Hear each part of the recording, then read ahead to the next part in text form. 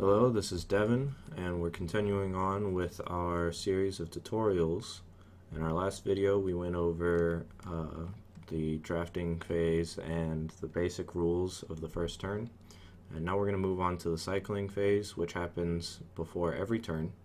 And it's an opportunity for you to refill your resources, to get back the pages that you used in your previous turn, and to get rid of active pages that are no longer useful to you.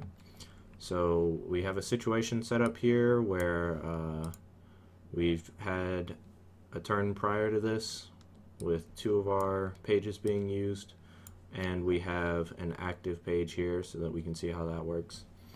And as it is, we have 1 Rahnna committed for the active page, and then 1 Rahnna committed as burn, which is just a status effect that this card applied.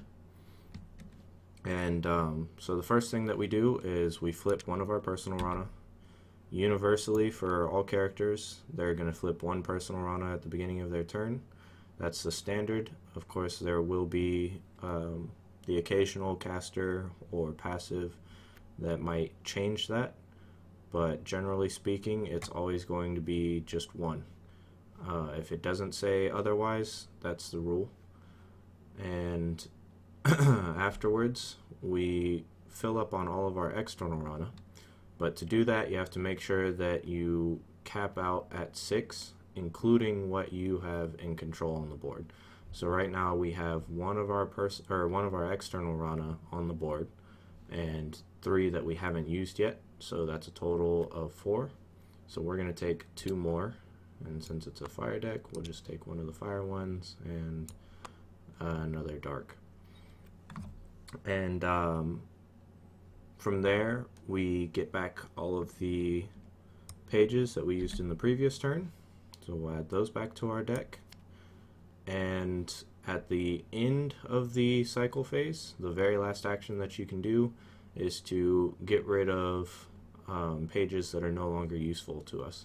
So we have Living Flame up, and we're just going to say that for some reason we feel like our Rahnna can be better served doing something else. So we'll put that into our cycle stack now, and we'll get back the resource in face down, which just means that it's been used. If it was a external Rahnna that we got back, we would put that into the external pile, but you don't immediately get that resource back. For a visualization of this, we can look at this graph here, or this chart. It basically just says that you're going in a circle from whatever position the object or resource in question is at.